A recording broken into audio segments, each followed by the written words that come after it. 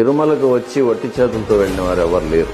స్వామివారు అనుగ్రహం ప్రతి వారికి ఇస్తూనే ఉంటారు. స్వయంగా స్వామివారి మాటల్లో చెప్పాలంటే బ్రహ్మాది దేవతలకు ఒక వాక్కు ప్రదానం చేస్తారు.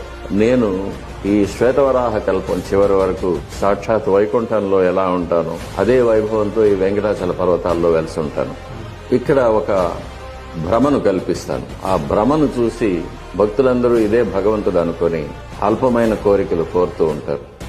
వాళ్ళకి ఆ కోరికలను నేను అనుగ్రహించి వాళ్ళని పంపించేస్తూ ఉంటాను. వాళ్ళు మళ్లీ మళ్లీ కోరికలతో వస్తూ ఉంటారు, మళ్లీ మళ్లీ తీర్చి పంపిస్తూ ఉంటాను. ఏ కోటిలో 10 కోట్లలో ఒక్కడు వస్తాడు. ఆ భక్తుడు నాకు నువ్వే కావాలి అంటాడు. అటువంటి భక్తుడిని నేను చేరదీసి నా పాదాల దగ్గర ఉంచుకొని జీవితాంతం కాపాడి చివరిగా నాలో నేను ఐక్యం చేసుకుంటాను. ఆ భక్తుడు ఒక్కడే ఆ భ్రమను వీడి నేను వైకుంఠంలో ఎలా ఉంటానో ఆ